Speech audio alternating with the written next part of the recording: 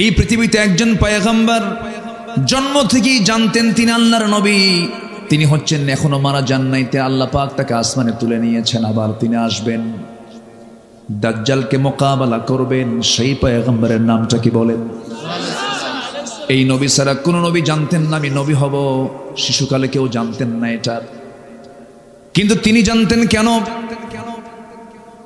তার পিতার কোনো পরিচয় ছিল না, তার বাবার কোনো পরিচয় ছিল না। ইন্না মাসালা ঈসা কামাসালি আদম, ঈসার দৃষ্টান্ত হলো আদমের মতো, আদমের যেমন বাবার পরিচয় নাই, আল্লাহর পয়গম্বর ঈসার আল্লাহর কোনো বাবা, নিজের পিতার কোনো পরিচয় নাই।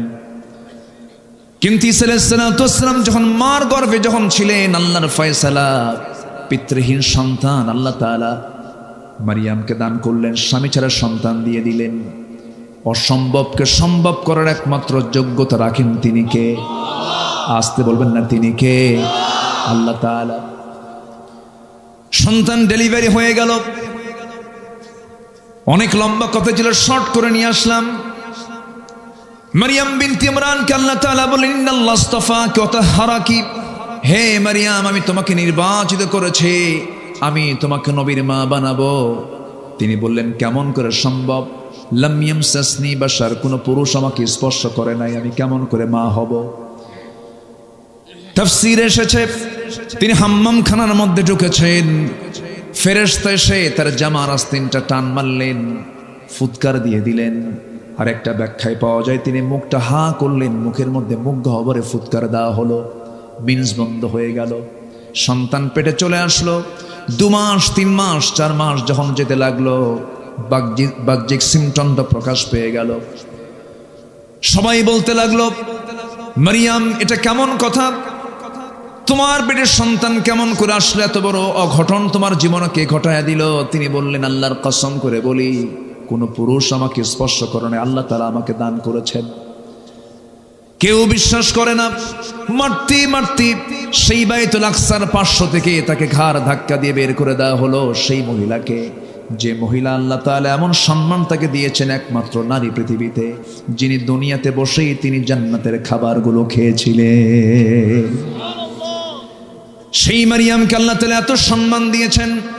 গোটা কোরআন সূরা ফাতিহা থেকে শুরু করে নিয়ে নাস পর্যন্ত যত সূরা, যত আলোচনা আল্লাহ তাআলা কোরআনে করেছেন, বহু নারীর ইতিহাসও টেনেছেন, নবীর নামও নিয়েছেন, কাফেরদের নামও নিয়েছেন, সাহাবীর নামও নিয়েছেন। একজন সাহাবীর নাম হচ্ছে যায়েদ, ফাকালা যাইদুম মিনহা, সাহাবীর নামও নিয়েছেন, নবীর নাম নিয়েছেন, জালিমের নাম নিয়েছেন। কিন্তু গোটা কোরআনে মারিয়াম সারা সরাসরি কোন নারীর নাম আল্লাহ তাআলা কোরআনে নেন নাই। তিনি কে? মারিয়াম। একটা নামই আছে, সূরার নাম। সূরার নাম কি? মারিয়াম। এই পৃথিবীতে কোন নারী জান্নাতের খাবার দুনিয়াতে বসে খান নাই, তিনি খেয়েছেন। কে? আন্না লাকি হাদা ইয়া মারিয়াম ক্বালাত হুয়া মিন ইনদিল্লাহ ইন্নাল্লাহা ইয়ারযুকু মান ইয়াশাউ বিগাইরি হিসাব। আল্লাহ যাকে চান তাকে এরকম করে বেহিসাবি রিজিক দিয়ে দেন, আল্লাহ আমাকে দিয়ে দিয়েছেন। সেই মারিয়ামকে ওরা ধরে মারতে মারতে রক্তাক্ত করে বাইতুল আকসা থেকে, বাইতুল মুকাদ্দাস থেকে তাকে বের করে দেওয়া হলো।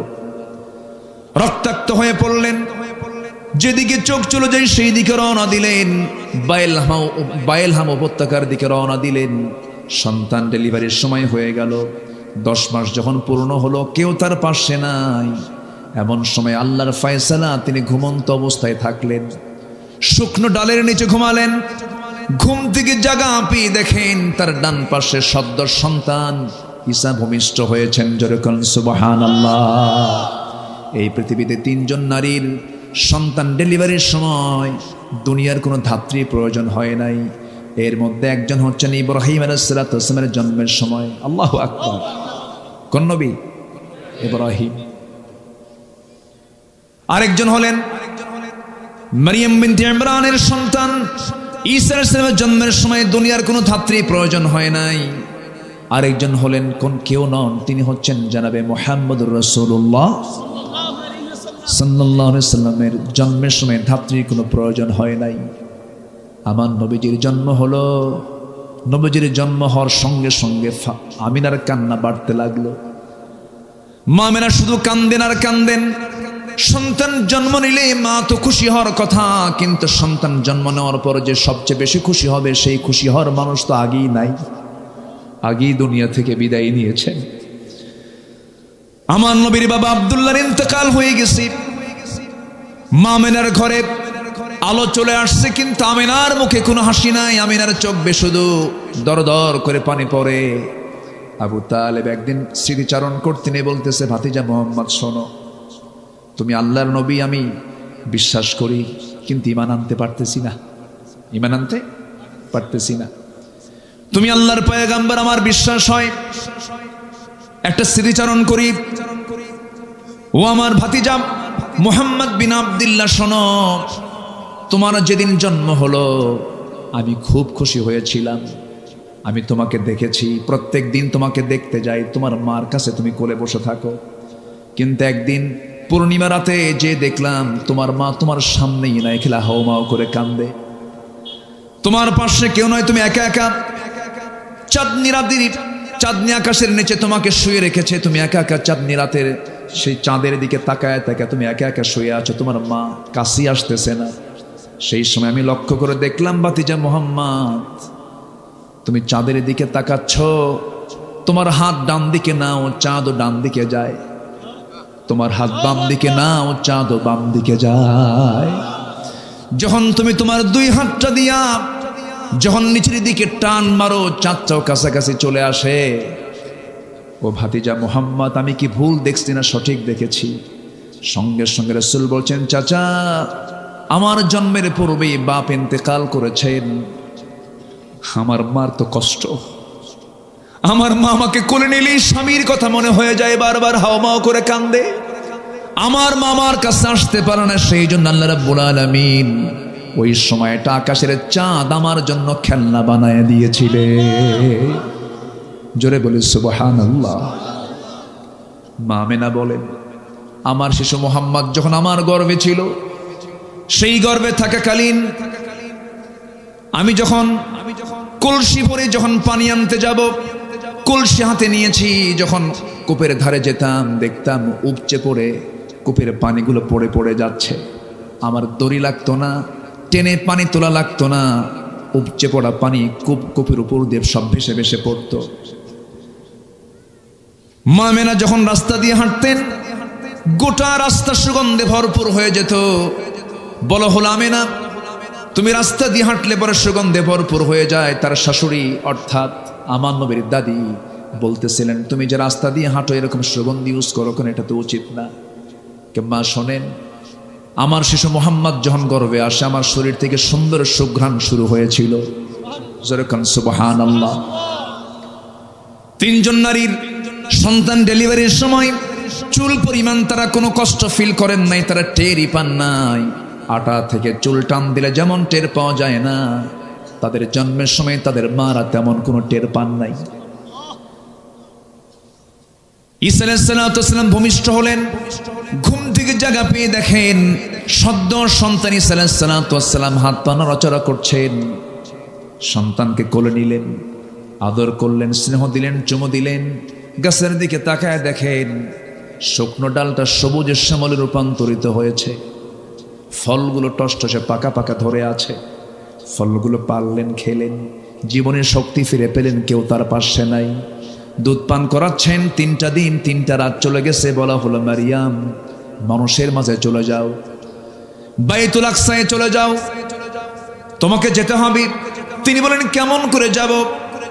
আমি কেমন করে জবাব দেব? সবাই তোমাকে বলবে তুমি তো অসতী নারী, যার সন্তান তুমি সামনে নিয়ে আসছো, কেমন করে জবাব, কেমন করে কি প্রমাণ করব? সঙ্গে সঙ্গে বলা হলো, মারিয়াম কোনো কথা তুমি বলতে যাবে না, তোমাকে শেখায় দিচ্ছি। তোমাকে যখন প্রশ্ন করবে তখন তুমি বলবে, ক্বালাত ইন্নী নাযারতু লিররহমানি সাওমা। তুমি বলে দেবে, আমি একজন রোজাদার, আমি কোনো কথা বলবো না, যা বলার তোমরা আমার সন্তানের সঙ্গে বলো। সন্তানটার বয়স মাত্র কয়দিন? এই পৃথিবীতে দোলনায় থেকে এই পৃথিবীতে দোলনায় থেকে নবজাতক বাচ্চা 3টা কথা বলেছে। কয়জন কথা বলেছে? এর মধ্যে একজনকে বলেন ঈসা আলাইহিস সালাতু ওয়াস সালাম। ঈসা আলাইহিস সালাতু ওয়াস সালাম দোলনায় তিনি কথা বলেছেন। সবাই মিলে যখন মারিয়ামকে যখন চতুর্দিক থেকে ঝেঁকে বসলো, প্রশ্নের বন্যা বয়ে যাচ্ছে। মারিয়াম, তোমার লজ্জা নাই, হায়া নাই, তোমার মধ্যে কোনো শরম টরম কিছু নাই? একটা জারজ সন্তানকে সঙ্গে করে নিয়ে আমাদের মাঝে আবার কেমন করে দেখা করতে আসছো? তিনি কোনো কথা বললেন না। তার ওই সময় রোজাটা ছিল। ক্বালাত ইন্নী নাযারতু লির-রাহমানি সাওমা, আমি রোজাদার। তার রোজা হলো কথা না বলা। তার রোজা হলো কি? কথা না বলা। কথা না বলার রোজা আছে না নাই বলেন? আমরা যে রোজা রাখি, না খেয়ে রোজা রাখি, কিন্তু কথা না বলে থাকি, কথা বলি। কিন্তু আল্লাহ তাআলা কথাও না করে দিয়েছেন, কথা বলতে মানা করেছেন। কোন কথা বলেন? রোজা রেখে কি কথা বলতে মানা করেছেন? বাজে কথা। সে লোকে রোজা রাখার কোনো প্রয়োজন নাই। মাল্লাম ইয়াদা কাওলা যুর ওয়াল আমালা বিহি ফালাইসা লিল্লাহি হাজাতুন ফি আন ইয়াদা তুআমা ওয়া শারাবাহ। যে ব্যক্তি রোজা থেকে মিথ্যা বেহুদা কথা ছাড়তে পারলো না, তার রোজা রাখার কোনো প্রয়োজন নাই। তাহলে মানে কি? কথা না বলাও রোজা, আবার না খেয়ে থাকাও রোজা। তাহলে মারিয়ামের রোজা ছিল কি বলেন? কথা না বলা। আল্লাহর হুকুম পেলেন, তিনি কথা বললেন না। শুধু বললেন আমি কোনো কথা বলবো না। ওই যে দোলনায় শুয়ে আছে নবজাতক, সে কথা বলবে। সবাই হাসে আর বলে মারিয়াম ছিল আধা পাগলি, এখন হয়ে গেছে পুরা পাগলি। এরকম করে হেও করছে। কিন্তু দোলনায় থাকা ছোট্ট বাচ্চা নবজাতক ঈসা আলাইহিস সালাতু ওয়াস সালামকে যখন নৌকোচায় যখন প্রশ্ন করেছে উপস্থিত লোকজন, বলছে হে সন্তান, তোর পরিচয়টা কি? একজন নবী দোলনায় থেকেই জানতেন তিনি আল্লাহর নবী। তিনি কে বলেন? ঈসা আলাইহিস সালাতু ওয়াস সালাম। তিনি কি বললেন? قال إني عبد الله آتاني الكتاب وجعلني نبيا। আমি হলাম আল্লাহর গোলাম। আল্লাহ পাক আমাকে ইনজিল কিতাব দিয়েছেন, আর আমার মা হচ্ছেন একজন নবীর মা। যেরকম সুবহানাল্লাহ, আমার মা একজন নবীর মা। এই নবীজি ঈসা আলাইহিস সালাতু ওয়াস সালাম জন্ম থেকেই জানতেন তিনি আল্লাহর পয়গম্বর। কিন্তু সব নবী কিন্তু জানতেন না। ইব্রাহিম আলাইহিস সালাতু ওয়াস সালাম নিজেও। ওই আয়াতটা প্রমাণ করে দেয়। তিনি যখন সূর্যের দিকে তাকালেন, নবুয়ত যখন পান নাই, তখন তিনি সূর্যকে দেখে বলছেন ফালাম্মা রাআশ শামসা বাযিগাতান ক্বালা হাযা রাব্বি হাযা আকবার ফালাম্মা আফালাত ক্বালা ইয়া কওমি ইন্নী বারীউম মিম্মা তুশরিকুন। জোরে বলুন আল্লাহু আকবার। সূরাতুল আনআম আয়াত নম্বর ৭৮। যখন তিনি সূর্যকে দেখলেন, সূর্য দেখে বলেন এত বড় একটা সৃষ্টি, এটাই বুঝে আমার রব, এটাই তো সবচাইতে বড়। কিন্তু যখন এটা অস্তমিত হয়ে গেল, তখন তিনি বললেন না না, আমার রব তো অস্তমিত হওয়ার কথা নয়। আমি সম্পূর্ণ শিরক থেকে নিজেকে মুক্ত রাখলাম। জোরে বলি আল্লাহু আকবার। আমার ভাইয়েরা, অগ্নি পূজক কি বলে, একজন পত্তলিক পিতার সন্তান ছিলেন ইব্রাহিম আলাইহিস সালাতু ওয়াস সালাম। সে নিজে মূর্তিগুলো বানাতো। সেই মূর্তিগুলো বানায় বাজারে বিক্রি করত। মূর্তি বানায় বাজারে বিক্রি করতো। রব বানাতো, আবার রব বাজারে বিক্রি হতো। মানে এমন রব নিজের হাতে বানায় আবার বাজারে বেচে দেয়। বাজারে কি করে? বেচে দেয়। সম্মানিত ভাইয়েরা, সেই পরিবারের সন্তানকে বলেন, সেই পরিবারের সন্তানকে তিনি কি বাপকে ফলো করেছেন? ইসলামকে ফলো করতে গেলে প্রথম বাধা আসবে পরিবার থেকে। প্রথম বাধা আসবে কিসের থেকে বলেন? তার প্রমাণ হচ্ছেন ইব্রাহিম আলাইহিস সালাতু ওয়াস সালাম। তিনি তাওহীদ যখন পেলেন, নবুয়ত যখন পেলেন, বাপকে বলে ফেলেন আব্বা আপনার তো এগুলো ভুল। দ্বীনের দাওয়াত দিতে লাগলেন। বাপ তার পক্ষ অবলম্বন করল না। ইব্রাহিম আলাইহিস সালাতু ওয়াস সালাম তিনি জীবনে 3টে হিকমতপূর্ণ কথা বলেছেন। কয়টা? 3টে হিকমতপূর্ণ কথা বলেছেন। মাঝে মাঝে তিনি কাঁদতেন, আর এরকম প্যাঁচ খাটে আমি কথা বললাম কেন? আমার বন্ধুগণ, আল্লাহ রাব্বুল আলামিন ইব্রাহিম আলাইহিস সালাতু ওয়াস সালামকে এত সম্মান দিয়েছেন, এত মর্যাদা দিয়েছেন, এত তাকে দাম দিয়েছেন। আল্লাহ রাব্বুল আলামিন তাকে 1টা 2টা পরীক্ষা করেন নাই, প্রত্যেকটা পরীক্ষায় তিনি ইব্রাহিমের মুখ থেকে চুল পরিমাণ কখনো নাশকর পান নাই। যেরকম সুবহানাল্লাহ। আল্লাহ রাব্বুল আলামিন এই জন্য তার সম্মান বিশ্ববাসীর সামনে উচ্চকিত করেছেন। সূরাতুল হজের শেষ নম্বর আয়াতে আল্লাহ রাব্বুল আলামিন বলছেন, ঈমানদারকে ডাক দিয়ে বলছেন, আগে ইয়া আইয়ুহাল্লাযীনা আমানু দিয়ে সম্বোধন করে আল্লাহ তাআলা ওয়াজ শুরু করেছেন। লাস্ট আয়াতে বলছেন, ওয়াজাহিদু ফিল্লাহি হাক্কা জিহাদিহি ওয়াজতাবাকুম ওয়ামা জাআলা আলাইকুম ফিদ্দীনি মিন হারাজ মিল্লাতা আবিকুম ইব্রাহিম হুয়া সাম্মাকুমুল মুসলিমিন। জোরে বলুন আল্লাহু আকবার। আল্লাহ বলছেন, তোমরা জিহাদের মতো জিহাদ করো। তিনি তোমাদেরকে নির্বাচিত করেছেন এবং তোমাদের জন্য দ্বীনকে তোমাদের জন্য বোঝা করেন নাই, কষ্টকর করে দেন নাই, তোমাদের জন্য এটাকে কঠিন করে দেন নাই। আর জেনে রেখে দিও, তোমাদের সবার জাতির পিতা কিন্তু কেউ নন, তিনি হচ্ছেন ইব্রাহিম আলাইহিস সালাতু ওয়াস সালাম। যেরকম সুবহানাল্লাহ। এবং তিনি নিজেও পরিচয় দিয়েছেন তিনি ছিলেন মুসলমান। আমরাও কি বলেন? আরো জোরে আমরা কি বলেন? মুসলমান। গোটা পৃথিবীতে আজকে প্রায় 200 কোটি মুসলমান। মূল পরিচয় যদি মুসলমানকে যদি লালন করে, কোনো প্রকার দ্বন্দ্ব না রেখে, ওয়াহাবি, সুন্নি, আর কি আছে, কত কি আছে, নাম না বলি আর,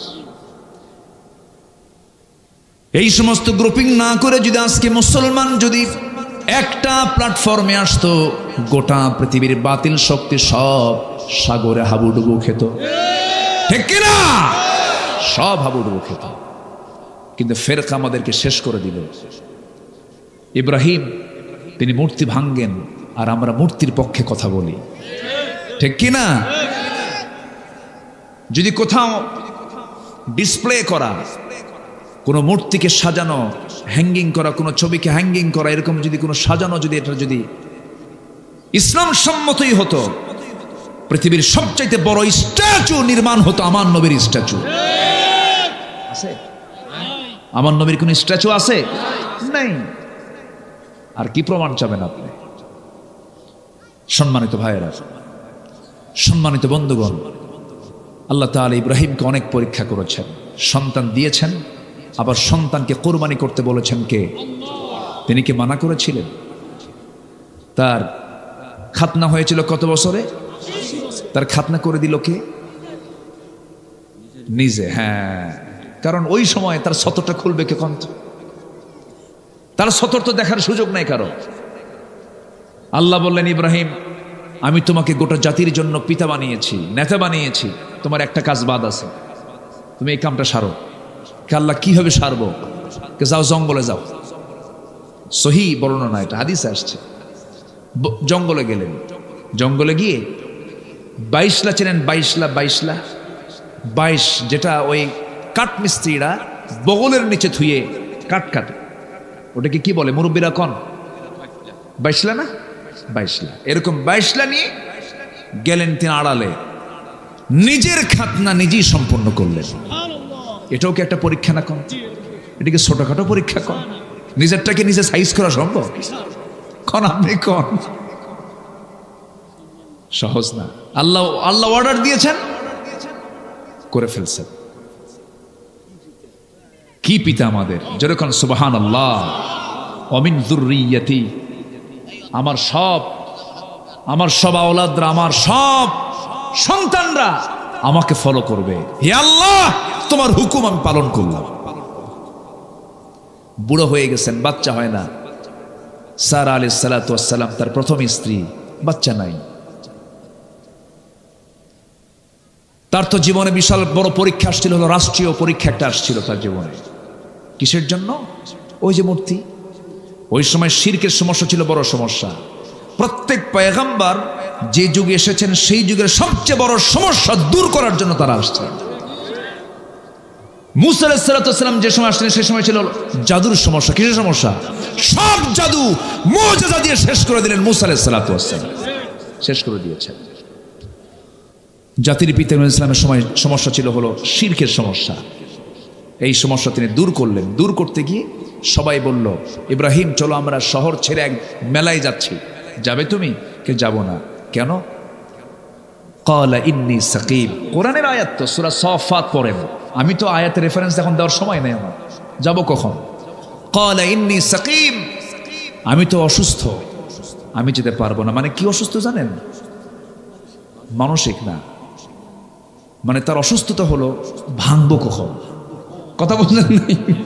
তার অসুস্থতা কি? শিরক সহ্য করতে পারতেছেন না। ইমানদার শিরককে সহ্য করতে, ইমানদার শিরককে সহ্য করতে পারে। তবে হ্যাঁ, ভুল বুঝবেন না আবার, হিন্দু ভাইদের মন্দির আমরা পাহারা দেব, হিন্দু ভাইদের প্রতিমাকে আমরা গালি দেব না।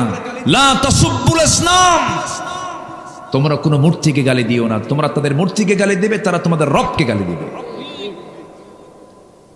ইসলাম কত উদার দেখেন। আমার দেশের মন্দিরগুলো আমরা পাহারা দেই, আর পার্শ্ববর্তী দেশের আল্লাহর ঘর মসজিদকে তারা ভেঙ্গে চুরমার করে দেয়। তাদের কাছ থেকে আমাদের শেখার কিছু নাই, কোনো কিছু শেখার নাই। আমার বন্ধুগণ, ইব্রাহিম আলাইহিস সালাতু ওয়াস সালাম শিরক উৎখাত করার জন্য কি স্ট্রাগলটা তিনি করলেন, কি সংগ্রাম তিনি করলেন। গোটা টোটাল স্টেট তার বিরুদ্ধে চলে গেল, এমন ষড়যন্ত্র করলো, এমন পরিকল্পনা তারা সাজালো, সম্পূর্ণ মামলা প্রস্তুত করে তারা আইন পাশ করলো, তাকে আগুনে পুড়ে মারো। কিসে পুড়ে মারো? আগুনে পুড়ে মারো। আমার বন্ধুগণ, ইব্রাহিম আলাইহিস সালাতু ওয়াস সালাম ওই মূর্তিগুলোকে ভাঙ্গার সময় বলেছিলেন, ফারাগা ইলা আলিহাতিহিম ফাকালা আলা তাকুলুন মা লাকুম লা তাতিকুন ফারাগা আলাইহিম দারবান বিল ইয়ামিন। জোরে বলুন আল্লাহু আকবার। আল্লাহ সব কথা বলে দিয়েছেন। فأقبلوا إليه يزفون قال أتعبدون ما تنحتون والله خلقكم وما تعملون। জোরে বলুন আল্লাহু আকবার। সব কিছু চুরমার হয়ে গেল। নমরুদের লোকজন সব চলে এসে দেখে সব মেসাকার হয়ে গেছে। কে করলো তদন্ত কমিটি করা হলো, প্রশ্ন করা হলো। এবার ইব্রাহিমের কাছে তদন্ত কমিটি এসে বলল, ইব্রাহিম কে করেছে এই কাজ? আগের বার বলা হলো চলো আমরা মেলায় যাই, তিনি বলেন ইন্নী সাকিম, আমি অসুস্থ, যেতে পারবো না। এবার বলা হলো মূর্তিগুলো ভাঙছে কে বলো, তিনি বললেন কে ভাঙছে মূর্তিকে জিজ্ঞেস কর। আল্লাহু আকবার বলবেন। এই উত্তরে দাওয়াত আছে না নাই? এই উত্তরের মধ্যে দাওয়াত আছে না নাই? নবীরে কি বেশি কথা বলতেন? কম কথা, কিন্তু সেই কথার মধ্যে থাকতো হাজারো কথা। জ্ঞানী মানুষ বেশি কথা বলে না, একটা লাইন বলে হাজার লাইন এক লাইনের মধ্যে ঢুকে থাকে। ইব্রাহিম আলাইহিস সালাতু ওয়াস সালাম এমন করে জবাব দেওয়ার সঙ্গে সঙ্গে সব লজ্জিত হয়ে গেল। ঠিকই তো, এমন রব আমাদের, কথাই তো বলতে পারে না। কে তার কাছে আসলো, আমাদের রব তাও জানে না এটা কেমন কথা। আমার নবীর সামনে একদিন কোন এক সাহাবী এসে বলছে, হুজুর ওয়াজ তো আপনার শুনি, আজকে আপনি আমার ওয়াজ শোনেন। রাসূল বলেন কি ওয়াজ শোনাবা বলো। রাসূল শুধু কথা শুনতেন, কথা বলতেন না, তিনি কথা শুনতেনও। অনেক সময় লম্বা সময় সাহাবীদের কথাও তিনি শুনতেন, মত বিনিময় করতেন। দেখবেন কিছু কিছু লোক আছে শুধু কয় কিন্তু শোনে না, আছে না? খালি কয়, খালি বুদ্ধিজীবী, কারো কথা শোনে না। আমার নবীজি সাহাবীদের কথাগুলো মনোযোগ দিয়ে শুনতেন, ফয়সালা দিতেন। এক সাহাবী এসে বলছেন, হুজুর আজকে আমার ওয়াজটা শুনতে হবে। কি ওয়াজ বলো? হুজুর, ইসলাম যখন পাই নাই, দিন যখন পাই নাই, আমরা পত্তলিক ছিলাম, একটা মূর্তির পূজা করতাম, দেবতা মনে করতাম, ভাগ্যের প্রতীক মনে করতাম, বুকে নিতাম, ঘাড়ে নিতাম, পিঠে নিতাম, সব সময় নিয়ে চলতাম। কোনো একদিন সফরে বের হয়েছি, ওই দেবতাকে সাথে নিয়েছি। হঠাৎ করে আমার পেশাবের চাপ লাগলো, প্রকৃতির চাপ খুব বেশি আসার কারণে আমি থাকতে পারলাম না। সঙ্গে আমার দেবতাকে কেমন করে নিয়ে যায়, দেবতাকে সম্মান করে উঁচু একটা জায়গায় রেখে আড়ালে চলে গেলাম শৌচকার্য করার জন্য। শৌচকার্য কমপ্লিট করে এসে দেখি, হুজুর আমার সেই দেবতার মাথা থেকে পা পর্যন্ত ভিজা। ভাবলাম রহমতের পানি, রহমতের পানি মনে করে আমার জিহ্বাতে এমন লেহন দিলাম, এমন একটা চাটন দিলাম, দেখি আমতা আমতা গন্ধ। সামনের দিকে চায় দেখি হুজুর কুকুরটা লেজ গুটায় গুটায়া যায়। ভাবলাম এটাই তো কাম সারছে, আমি কি চাটলাম। এমন রাগ উঠছে হুজুর, আমি মনে মনে চিন্তা করলাম, সারা জীবন আমি তোর গোলামি করে গেলাম, তোকে সৌভাগ্যের প্রতীক মনে করলাম, তুই নিজের অস্তিত্ব নিজে রক্ষা করতে পারিস না, যা আমি তোর গোলামি করব না। এমন একটা আসার মানলাম, এক আসারে ভেঙ্গে চুরমার করে আপনার কাছে এসে আমি এমন রবের সন্ধান পেয়েছি যে রবটা হলেন তাবারাকাল্লাযী বিয়াদিহিল মুলকু ওয়া হুয়া আলা কুল্লি শাইইন কাদির। আমার নবী কথাগুলো শুনতেছিলেন, মুস্কি মুস্কি হাসি মারলেন, আর সাহাবে কেরাম একটা আওয়াজ দিয়ে হাসলেন, জোরে বলেন সুবহানাল্লাহ। আমার বন্ধুগণ, ভুল বোঝা যাবে না। আবার ঝড়ের রাতে একটা পাখি যেমন তার বাচ্চাগুলোকে তার দুই ডানার মধ্যে সমস্ত ঝড় থেকে বাঁচানোর জন্য চেষ্টা করে, একটা মুসলিম রাষ্ট্রে, মুসলিম জনপদে অন্য ধর্মের মানুষ ঝড়ের রাতে পাখির ছানাগুলোকে যেমন পাখি আগলে রাখে, মুসলমানদের দায়িত্ব হলো অন্য ধর্মের মানুষকে এমনই করে আগলে রাখা। আলহামদুলিল্লাহ বলেন। ভুল বোঝা যাবে না। আমার বক্তৃতাকে আবার কাটিং করবেন না, উল্টাপাল্টা করবেন না, এগুলি স্পর্শকাতর কথা। ইব্রাহিম আলাইহিস সালাম যখন স্ট্রেট কথা বলে দিলেন, তারা লজ্জিত হলো, কিন্তু অন্যদিকে তারা আইন পাশ করে ফেললো। তারা বলল, নিঃসন্দেহে এটা ইব্রাহিমের কাজ, ওকে ধরো। ধরা হলো, বলা হলো কি করা যায়। নমরুদের পার্লামেন্টে পাশ হলো, গোটা দেশের জনগণকে সব হাজির করে সবার চোখের সামনে ইব্রাহিমকে আমরা আগুনে ফেলে দেব। জোরে কর নাউযুবিল্লাহ। তাহলে দ্বীনের দাওয়াত দিতে গেলে নবীদেরকে আগুনে ঢুকতে হয়, দ্বীনের দাওয়াত দিতে গেলে দেশ ছাড়তে হয়, ঈমানকে রক্ষা করতে গেলে ফাঁসির মঞ্চে যেতে হয়। ইমাম ইবনে তাইমিয়া রাহিমাহুল্লাহ দামেস্কের জেলখানায় তাকে জেলবন্দি করে রেখেছে। সেই দামেস্কের জেল সুপার কান্দে আর কয়, হুজুর আমরা হুকুমের গোলাম, কোনো খেদমত করতে পারছি না, আমাদেরকে মাফ করে দিয়েন। বলতেছে ইমাম ইবনে তাইমিয়া, হুজুর কিয়ামতের দিন কি আমাদের কোনো জবাব দিতে হবে আল্লাহর কাছে? এই যে আমরা হুকুমের গোলাম, বাধ্য হচ্ছি, কি করব এখন? ইমাম ইবনে তাইমিয়া বললেন, জেল সুপার শোনো, তোমাদের মতো ব্যক্তির কারণে জালিমরা জুলুম করার সুযোগ পায়। যুবকরা, তুমি একজন বাংলাদেশ, তুমি একজন একা একজন বাংলাদেশ। তোমাকে ভাবতে হবে, তোমাকে চিন্তা করতে হবে, তুমি ইব্রাহিমের সন্তান। তোমাকে ভাবতে হবে তুমি রাসূলের উম্মাহ। তোমাকে ভাবতে হবে, তোমাকে চিন্তা করতে হবে, তোমাকে এগিয়ে আসতে হবে, সকল শিরিক বিদআতের বিরুদ্ধে সংগ্রামে ঝাঁপিয়ে পড়তে হবে। বাতিল শক্তির কাছে মাথা নত করব না আমরা। রাজি আছেন কারা কারা? হাত উঁচু করে দেখান মুসলমান। আমি আর একটু কথা বলি, কোন আপত্তি নাই তো?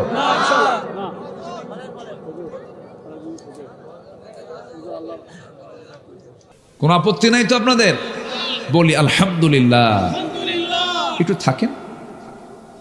জি, ইব্রাহিম আলাইহিস সালাতু ওয়াস সালাম ফজর পড়ে যাবেন, দেখছো কি সাহস রে বাবা। তো ঠিক আছে, ফজর পর্যন্ত আপনারা থাকেন, আমি যাই। ও আমি সহ অনেক ভালো মানুষ আপনারা, বলি আলহামদুলিল্লাহ। ইব্রাহিম আলাইহিস সালাতু ওয়াস সালাম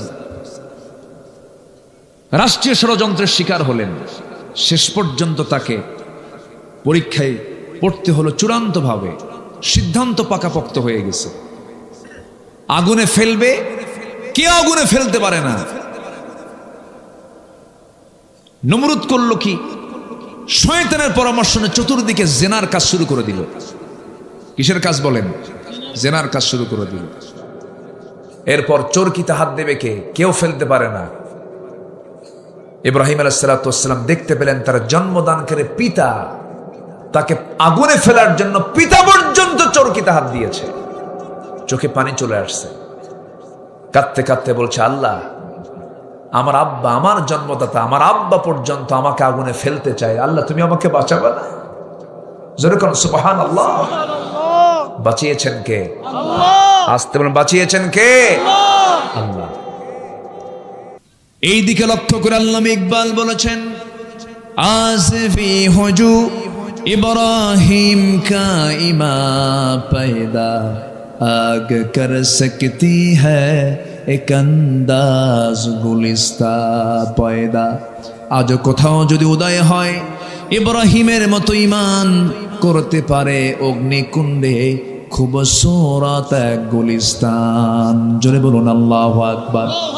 আজও যদি মুসলমানদের ভিতরে সেই ইব্রাহিমের ঈমান যদি লালন করতে পারে, আজকে আগুনটা জান্নাত হয়ে যাবে। শর্ত হলো ঈমান আনতে হবে ইব্রাহিমের মতো। কার মতো বলেন? ইব্রাহিমের মতো। আমার বন্ধুগণ, তিনি জীবনে তিনটা হিকমতপূর্ণ কথা বলেছেন। তিনি বলেছেন, আমি অসুস্থ, বলা হলো মূর্তিগুলো ভাঙছে কে? তোমরা মূর্তিকে জিজ্ঞাসা করো। আরেকটা হলো ওই আগুন থেকে তিনি যখন সুস্থ হয়ে সে আগুন থেকে বের হয়ে আসলেন, তার গায়ের পশম পর্যন্ত আগুন স্পর্শ করতে পারে নাই। সেখান থেকে বের হয়ে সারা আলাইহিস সালাতু ওয়াস সালামকে সঙ্গে করে নিয়ে রওনা দিলেন, সফর করলেন। লম্বা সফরে বের হয়ে গেছেন, এমন সময় এক জালিম শাসকের কবলে পড়ে গেছেন ইব্রাহিম আলাইহিস সালাতু ওয়াস সালাম। সেই জালিম শাসক সারা আলাইহিস সালাতু ওয়াস সালামের দিকে বদনজর দিয়ে ফেলল। ইব্রাহিম আলাইহিস সালাতু ওয়াস সালামকে প্রশ্ন করে ফেলতেছে, ইব্রাহিম, তোমার সঙ্গে এই মহিলার পরিচয়টা কি? সঙ্গে সঙ্গে তিনি বলেন, এটা আমার বোন হয়। কি হয়? বোন হয়। বউটা বললেন না, এই জন্য বউ বললে পরে সে নিশ্চিত রাজাটা তার বউকে নিয়ে চলে যাবে। বোন বললেন সে যেন আমার কাছে থাকতে পারে, বোন মনে করে যেন সে ছেড়ে দেয়। কিন্তু তিনি যে বোন বলেছেন, বউকে বোন বলেছেন, হিকমতপূর্ণভাবে কথাটা যদিও বলেছেন, কিন্তু কথাটা দ্বীনের সম্পর্কের দিক থেকে কিন্তু ঠিকই আছে। ইন্নামাল মুমিনুনা ইখওয়াহ, কোনো প্রবলেম নাই। কিন্তু তিনি হিকমতপূর্ণ কথা বলার পরেও তিনি বাঁচতে পারলেন না। বউটাকে নিয়ে চলে গেছে জালিম শাসক। জালিম শাসক নিয়ে চলে যাওয়ার পরে জেনা করবে, আল্লাহর নবীর স্ত্রীর সঙ্গে জেনা করবে। কিন্তু দেখা গেল পরপর 3টা দিন চেষ্টা করলো। দুটো হাত যখন সারার সামনে নিয়ে যায়, হাত পাতার অবশ হয়ে যায়, পারল না। নবীর স্ত্রীদেরকে স্পর্শ করার কোনো ক্ষমতা নাই। শেষ পর্যন্ত ওই রাজা, জালিম রাজা বলে ফেললো, শোনো সারা, তোমার মতো একজন নারী আমার এই জায়গায় বহুদিন যাব, তার স্বামী তার দিকে আগায় গেলে পরে আমার হাত পাটা অবশ হয়ে যায়, আমি তাকে স্পর্শ করতে পারি না। শুধু আমি তোমাকে মুক্তি দিলাম না, সঙ্গে সঙ্গে ওই মহিলাকে, ওই নারীকেও মুক্তি দিয়ে দিলাম। সারা আলাইহিস সালাতু ওয়াস সালাম ওই জেলখানা থেকে, ওই জালিম শাসকের কবল থেকে যখন তিনি বের হয়ে আসতেছেন, একা আসলেন না, সাথে তিনি সঙ্গে করে যাকে নিয়ে আসলেন তিনি হচ্ছেন হাজেরা আলাইহিস সালাতু ওয়াস সালাম। হাজেরা আলাইহিস সালামকে সাথে করে নিয়ে চলে আসলেন, নবীর সামনে দিয়ে দিলেন, হে আমার স্বামী, এই মহিলাটা ওই দরবারই ছিল, কিন্তু এই নারীকে জালিম শাসক তাকে স্পর্শ করতে পারে নাই। তাকে বিয়ে করে নিলেন ইব্রাহিম আলাইহিস সালাতু ওয়াস সালাম, তাকে বিয়ে করে নিলেন। আল্লাহ তাআলা হাজেরার গর্ভে সন্তান যিনি দিয়েছেন, সন্তান যাকে দিয়েছেন, সেই সন্তানটার নাম কি বলেন? ইসমাঈল আলাইহিস সালাতু ওয়াস সালাম। وَإِذْ يَرْفَعُ إِبْرَاهِيمُ الْقَوَاعِدَ مِنَ الْبَيْتِ وَإِسْمَاعِيلُ رَبَّنَا تَقَبَّلْ مِنَّا إِنَّكَ أَنْتَ السَّمِيعُ الْعَلِيمُ। সন্তান ভূমিষ্ঠ হলো কোথায়? সন্তান ভূমিষ্ঠ হলো কাবার সামনে। জোরে কোন আল্লাহু আকবার। জমজম কুবের ধারেই তার জন্ম হয়ে গেল। হাজেরাকে বিয়ে করলেন, সন্তান পেটে চলে আসলো বুড়া বয়সে। কি বয়সে? বুড়া বয়সে সন্তান চলে আসলো। আল্লাহ তাআলা তাকে কি পরীক্ষাগুলো করেছেন দেখেন। পারিবারিক পরীক্ষাও তাকে করা হয়েছে, রাষ্ট্রীয় পরীক্ষাও তাকে করা হয়েছে। শেষ পর্যন্ত সন্তানটা যখন পেটে আসলো, বলা হলো ইব্রাহিম তোমার হাজেরাকে ওই জায়গায় থুয়ে আসো। থুয়ে আসলেন সাফা মারওয়ার মাঝি, দৌড়াদৌড়ি করলেন, পানি নাই, পানির জন্য ছটফট করছেন। হাজেরা বলছেন আমার স্বামী আপনি আমাকে এখানে রেখে যাচ্ছেন, কেউ তো নাই এই জায়গায়। আল্লাহর নির্দেশ, আল্লাহর যদি নির্দেশ থাকে আমার কোনো কথা নেই, আপনি চলে যান, আল্লাহ আমাকে বাঁচাবেন। জোরে বলুন সুবহানাল্লাহ। আল্লাহ তাআলা হাজেরাকে এত সম্মান দিয়েছেন যে হাজেরার দৌড়টা পর্যন্ত মডেল বানায় দিয়েছেন। সব হাজেরার মডেল ফলো করে। আল্লাহর নাম ভোলেন নাই। সাফা থেকে শুরু করলেন মারওয়া, মারওয়া থেকে শুরু করলেন সাফা। 7 বার তিনি চক্কর দিলেন। মাঝখানে একটা জায়গায় যে একটু দৌড় মেরেছেন, সেই দৌড়টাও হাজিরা মারে। জোরে কোন আল্লাহু আকবার। মারে না, মারে না, দৌড়টা মারে, সাইটা করে। ইন্নাস সাফা ওয়াল মারওয়াতা মিন শাআইরিল্লাহ। জোরে বলুন আল্লাহু আকবার। আমার বন্ধুগণ, হাজেরা আলাইহিস সালাতু ওয়াস সালামের গর্ভ থেকে সন্তান ভূমিষ্ঠ হয়ে গেল, ইসমাইলের জন্ম হয়ে গেল। বয়সটা যখন মোটামুটি পছন্দের মতো বয়স, 7 থেকে 8 বছর যখন বয়স হয়ে গেল, আল্লাহ বলছেন ইব্রাহিম কোনো পায় না, আরেকটা পরীক্ষা। ইন্নী আরা ফিল মানামি আন্নী আযবাহুক। আমার কলিজার টুকরা ইসমাইল, স্বপ্নে দেখলাম আমি তোরে জবাই করি। ইয়া আবাতি ফাআল মা তু'মারু সাতাজিদুনি ইনশাআল্লাহু মিনাস সাবিরিন। আব্বা আপনি যা দেখতে পেয়েছেন স্বপ্নে, আপনি তা বাস্তব করেন। আপনার সন্তান কিন্তু ধৈর্যহীন নয়, ধৈর্যশীল। তরবারির নিচে আমার গলাটা আমি আপনি দিয়ে দেব। জোরে কান সুবহানাল্লাহ, জোরে কান সুবহানাল্লাহ। আল্লাহ কুরবানি কবুল করে নিলেন। আল্লাহ তার মনের খবরটা তিনি বুঝতে পারলেন, ইব্রাহিম আমাকে সবচেয়ে বেশি ভালোবাসে। এই কোরবানির প্রচলন আজও দুনিয়াতে আছে না নাই? এটা কোন নবীর সুন্নাত? বলেন কোন নবীর? কোন নবীর? আমার বন্ধুগণ, আল্লাহর ঘরে যে কাবা নির্মাণ করা হলো, মিস্ত্রি ছিলেন ইব্রাহিম আলাইহিস সালাতু ওয়াস সালাম, তার যোগান ছিলেন, হেল্পার ছিলেন কোন নবী বলেন? ইসমাঈল আলাইহিস সালাম। ওয়া ইয ইয়ারফাউ ইব্রাহিমুল কাওয়াইদা মিনাল বাইতি ওয়া ইসমাঈল। আল্লাহু আকবার। একটা পাথর, এখনো সেই পাথর আছে না নাই বলেন? ওই পাথরের উপর দাঁড়িয়ে দাঁড়িয়ে লিফটের মতো কাজ করত। পাথরটা উঁচু নিচু হতো। হ্যাঁ জি, পার দাগও আছে। জি আলহামদুলিল্লাহ। তো সেই পাথরটা এখনো আছে। এই স্মৃতিচিহ্নগুলো আমাদের সবার দেখার দরকার আছে না নাই? আল্লাহ তুমি সবাইকে জীবনে একটাবার যাওয়ার তৌফিক দিয়ে দাও, অন্তত একবার যাওয়ার তৌফিক দাও। জোরে বলি আমিন। সব হজের মতো ইবাদতের সব স্মৃতি। আজকে সূরার নামও কি? হজ। হজের সাথে কোন নবীর সম্পর্ক বেশি বলেন? কোন নবীর সম্পর্ক বেশি? আল্লাহ তাআলা এই জন্য এই সূরার মধ্যেই শেষ আয়াতে বলেছেন মিল্লাতা আবিকুম ইব্রাহিম। আসুন সেই ইব্রাহিমের স্মৃতিকে আমরা লালন করি, তার ঈমানকে আমরা লালন করি, তার সুন্নাহকে আমরা ফলো করি। তিনি কি বলেছেন? শেষ পর্যন্ত সূর্য যখন অস্তমিত হয়ে যায়, বলে না এটা আমার রব নয়। তিনি ঘুরে দাঁড়িয়ে কি বললেন? সবাই আমরা বলি, আওয়াজ দিয়ে বলি, ইন্নী ওয়াজ্জাহতু ওয়াজহিয়া লিল্লাযী ফাতারাস সামাওয়াতি ওয়াল আরদা হানিফা ওয়ামা আনা মিনাল মুশরিকিন লা শারীকা লাহু ওয়া বিযালিকা উমিরতু ওয়া আনা আউয়ালুল মুসলিমিন। জোরে বলুন আল্লাহু আকবার। আয়াত ঠিক আছে না? হ্যাঁ ঠিক আছে। তো সম্মানিত ভাইয়েরা, তিনি কি বললেন? কোন দিকে আমার চেহারা ঘুরাবো না। আমি চেহারা ঘুরাবো কার দিকে? বলেন কার দিকে? রবের দিকে। এবং কোন শিরকের কাজে আমি অংশগ্রহণ করব না। শিরক থেকে আমি নিজেকে মুক্ত রাখলাম। আসুন সেই পিতা ইব্রাহিম আলাইহিস সালামের আনিত সুন্নাহগুলোকে, তার আদর্শকে আমরা লালন করি, তার চেতনাকে আমরা লালন করি, সমস্ত কুফুর থেকে, শিরিক থেকে নিজেকে মুক্ত রাখার চেষ্টা করি। আল্লাহ তাআলা সেই তৌফিক সবাইকে দান করুন। আমরা সবাই নামাজ পড়ি তো নাকি? নামাজ কয় ওয়াক্ত বলেন তো? 5 ওয়াক্ত নামাজ পড়তে রাজি আছেন কারা? একটু হাত তুলে দেখেন তো, জোরে বলি ইয়া আল্লাহ, আমাদেরকে 5 ওয়াক্ত সালাত আদায় করার তৌফিক তুমি আল্লাহ দিয়ে দাও। জোরে বলি আমিন, আরো জোরে আমিন। হাত নামান।